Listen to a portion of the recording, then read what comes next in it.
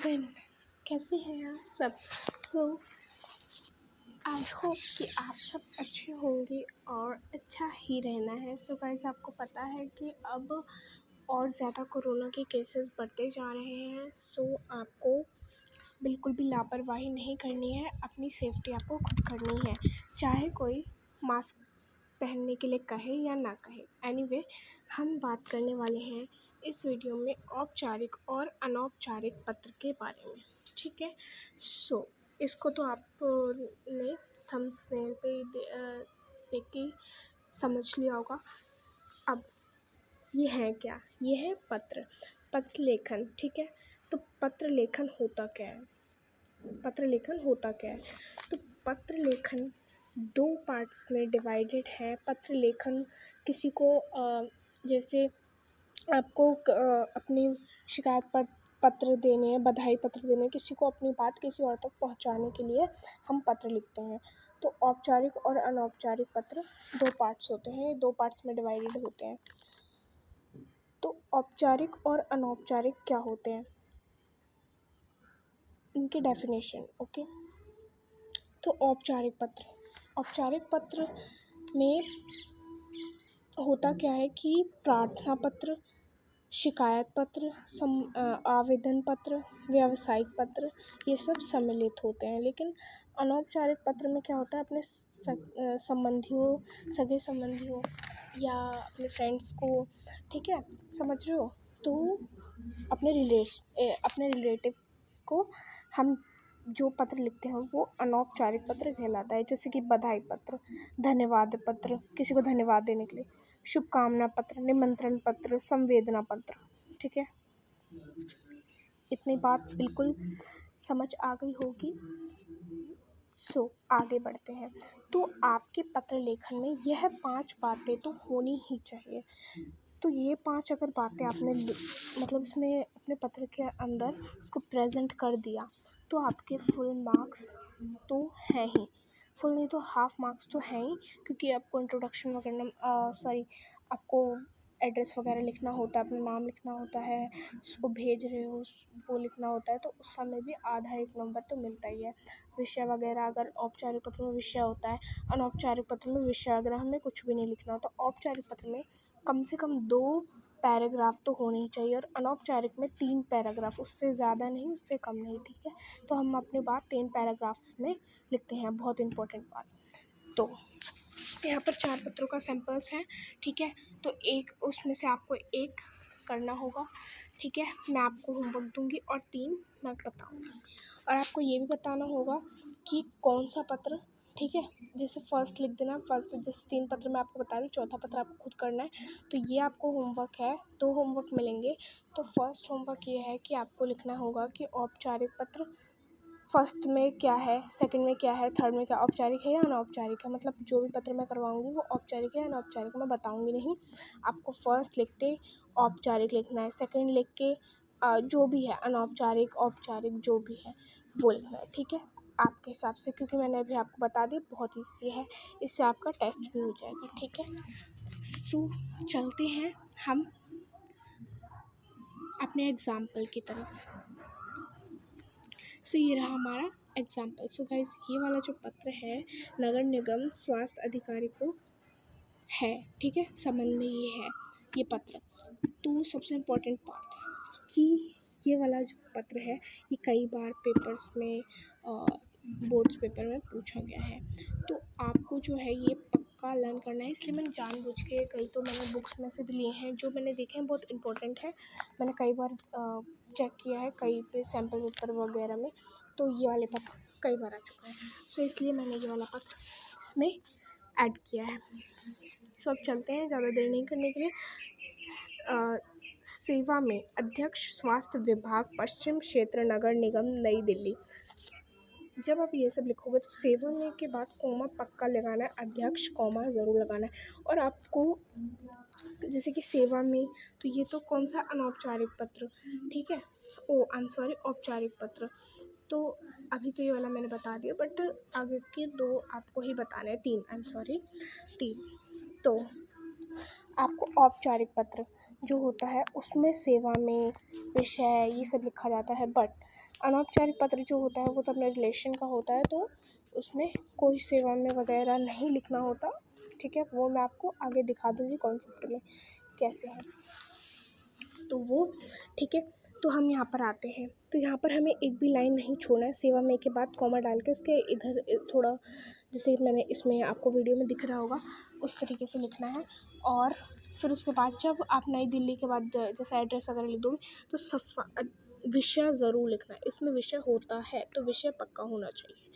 इसमें छोटा सा 4-5 वर्ड्स में इसमें होनी चाहिए। जैसे ये किसके लिए है, सफाई अधिकारी को पत्र मिल रहा है तो सफाई के संबंध में। ठीक है, क्योंकि जो आपका जो अगर आप बाई चांस सच में सफाई अधिकारी को लिख रहे हो, अभी तो आप जैसे पेपर लिखोगे तो फिर वो मैम के पास जाएगा, but I am sorry, but अगर आपने सच में सफाई अधिकारी को पत्र लिखा है तो वो अगर पढ़ेगा तो वो आपका विषय पक्का पढ़ेगा, तो विषय में 1 नंबर तो पक्के हैं, तो यहीं पे 1 नंबर मिल जाते हैं।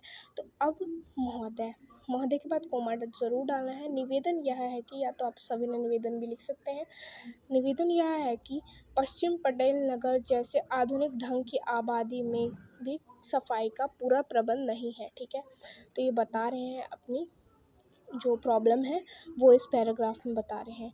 मैं जिस क्षेत्र में रहता हूँ यहाँ डबल स्टोरी के 29 ब्लॉक कहलाते हैं, जो मतलब वहाँ रह रहे हैं, तो आप जहाँ रहते हैं वहाँ वो अपना लिख देना। ठीक है, इस सारे ब्लॉक में अच्छे लोग रहते हैं। हाँ भाई, सही तो लोग रहते हैं, बट उनका जो सफाई करने का प्रबंध है वो सब ठीक नहीं है। ठीक है, परंतु हमारे ब्लॉक में सफाई का प्रबंध ठीक नहीं है। ठीक है, पहले तो मेरा विचार था कि यहाँ के निवासियों का उपेक्षा के कारण ही इस ब्लॉक को कोने में सदा कूड़े का ढेर रहता है। ठीक है, पहले वो सोचते थे कि इस तरीके से, जैसे मैंने बताया, वो निवासी के उपेक्षा के कारण ब्लॉक के कोने में कूड़े का ढेर पड़ा रहता है, वहीं पे सब लोग डाल देते हैं। पर पिछले कई दिनों से मैं इस मामले का पड़ताल कर रहा हूँ। ठीक है, तो वो बोल रहा है, इस विषय में मुझे यह सूचित करते हुए दुख होता है कि क्षेत्र की सफाई के लिए नियुक्त किया गया जमादार अपना काम ठीक ढंग से नहीं कर रहा है।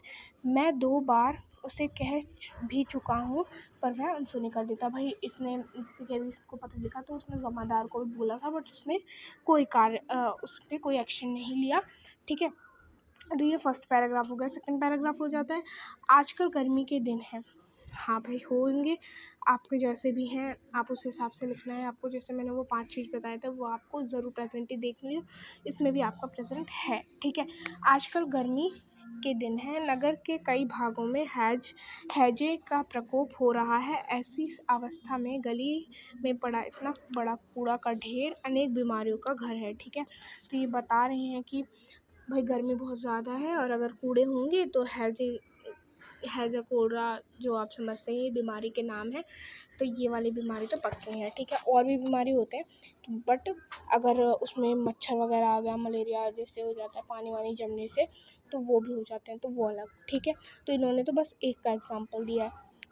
भाई, ये होता जा रहा है, ये कूड़े के ढेर से बहुत बीमारियों का सामना करना पड़ रहा है और ये बीमारी का घर है। कितने भयानक रोगों के कीड़े पल रहे होंगे, भाई देख लो ज़रा। मैंने जैसे अभी ऊपर एक्सप्लेन किया वही था ये भी। इस क्षेत्र के लोगों को स्वास्थ्य की चिंता करते हुए आप कृपा करके शीघ्र ही इस इलाके की निरीक्षक को निर्देश दे दें, यहाँ की गंदगी हटाई जाए।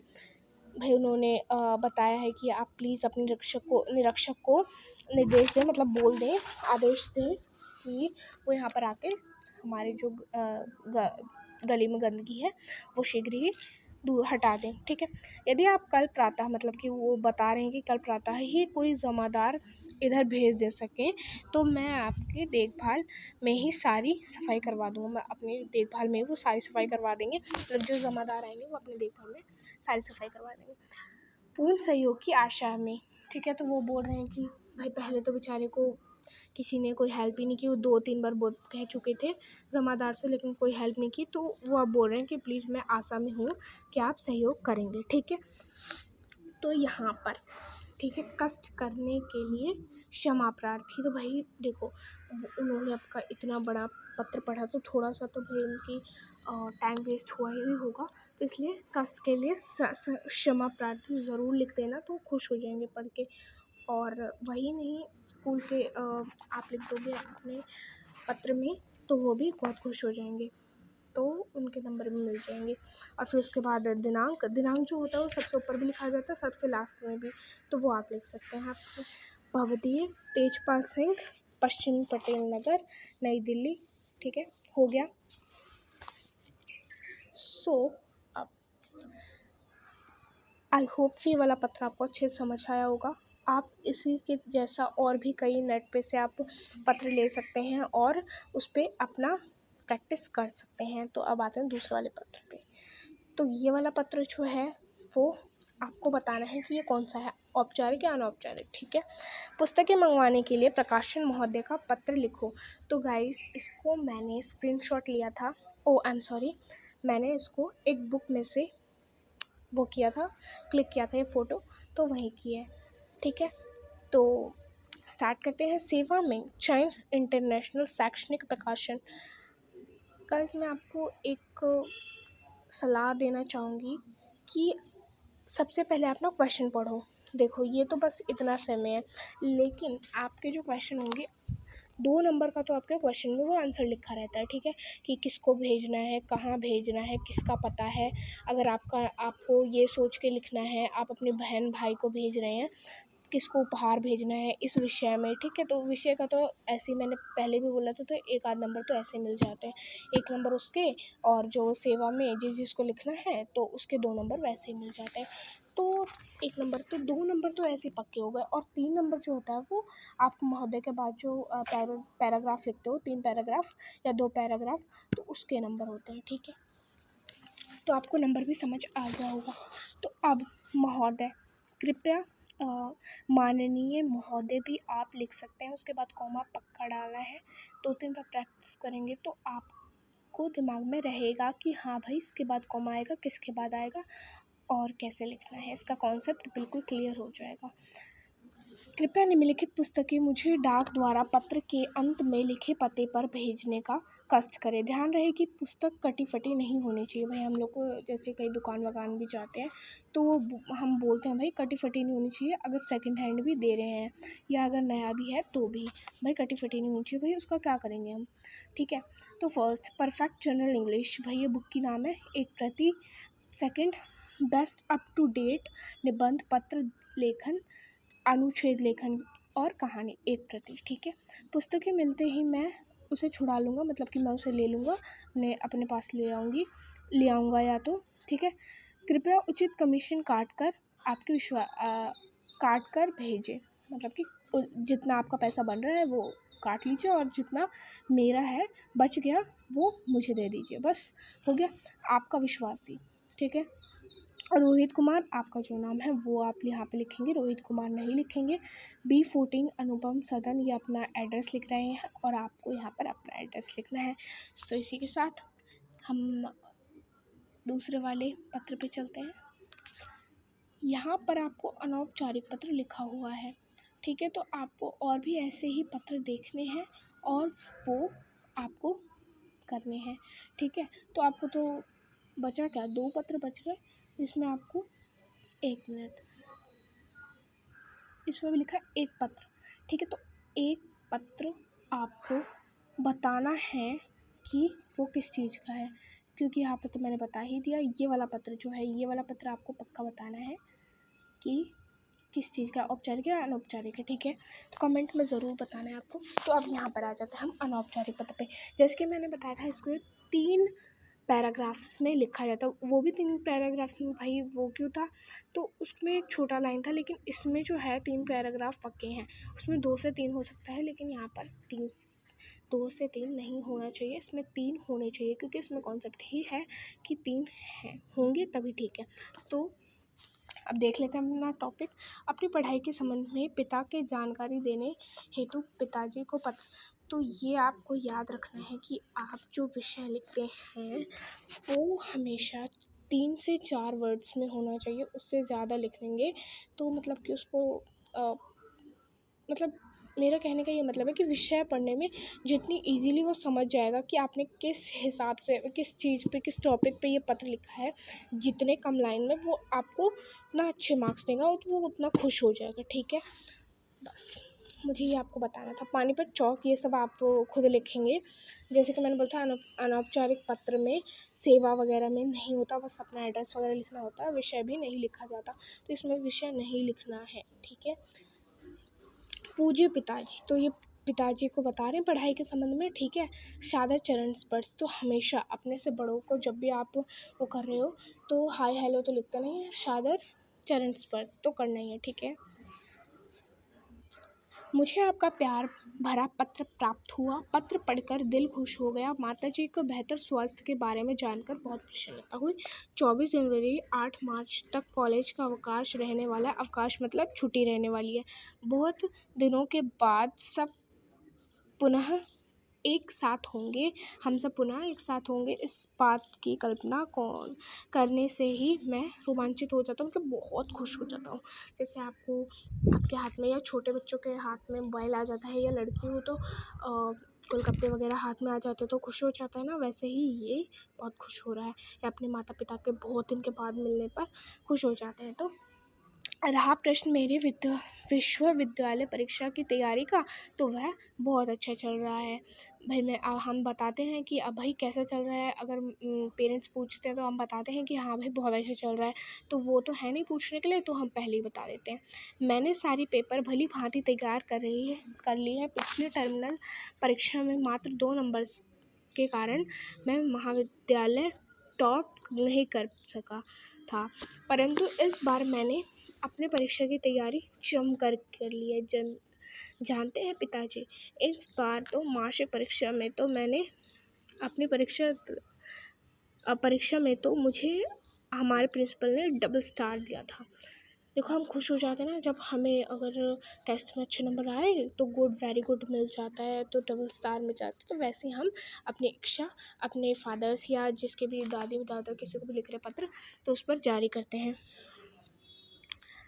मेरे लिखे हुए उत्तर पुस्तिका कहीं भी लाल निशान नहीं था भाई, क्रॉस वगैरह लिखते हैं ना, तो लाल निशान नहीं था उसके। अतः आप निश्चिंत रहें, इस बार आपका बेटा आप लोगों की और विश्वविद्यालय का नाम अवश्य रोशन करेगा। यहाँ बेटा लिखा हुआ, आप बेटी हैं तो बेटी लिख दीजिए। शेष समाचार पूर्ववत है। इधर मेरे मित्र पवन चक्रवर्ती की माँ बहुत ज़्यादा अस्वस्थ हो गई हैं। कभी कभी तो वह बहुत उदास हो जाया करती हैं। वह अपने माता पिता के स्वास्थ्य के लेकर बहुत ही असमंजस में रहता है। मैं उसका पूर्णतः ख्याल रख रहा हूँ। आपकी और माताजी के स्वास्थ्य की कामना करते हुए मैं इस पत्र को समाप्त करता हूँ। प्रणाम। सो गाइस, एक बहुत ही इम्पोर्टेंट बात कि अगर आप अपने मित्र को आप पत्र लिख रहे हो, तो यहाँ पे अगर लास्ट एंडिंग कर रहे हो तो थर्ड पैराग्राफ में ये ज़रूर लिखना है कि आप अपनी माताजी तथा पिताजी को सादर प्रणाम कहना। ठीक है।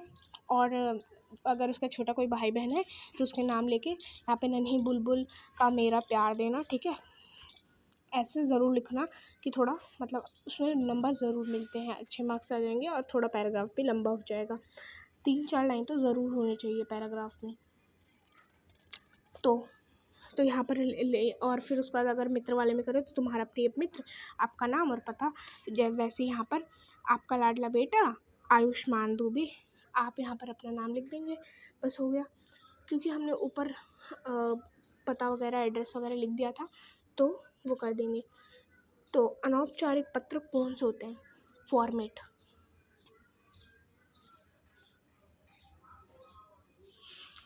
सो गाइस, हम चलते हैं। यहाँ पर आपका जो होमवर्क है वो, तो गाइस ये इंग्लिश में इन दोनों पत्र को बोलते हैं, औपचारिक और अनौपचारिक पत्र को फॉर्मल और इनफॉर्मल। औपचारिक पत्र का प्रारूप मतलब कि इसको किस तरीके से लिखा जाता है, क्या इसकी विधि है, क्या इसका फॉर्मेट है। ठीक है। तो यहाँ पर आपको ही भरना है ये, और फिर आपको बताना है कि क्या समझ आया क्या नहीं, ठीक है। और मैं तो देख नहीं पाऊँगी, तो आप अपनी मैम को जाकर दिखा देना। पत्र भेजने वाले का पता ज़रूर होना चाहिए औपचारिक पत्र में, पत्र भेजने की दिनांक, ठीक है। सेवा में जो बीच में मैंने आपको 3 पैराग्राफ बोले थे, तो इसलिए 3 लाइन खींची हुई है, तो आपको वो लिखना, विषय लिखना है, ठीक है।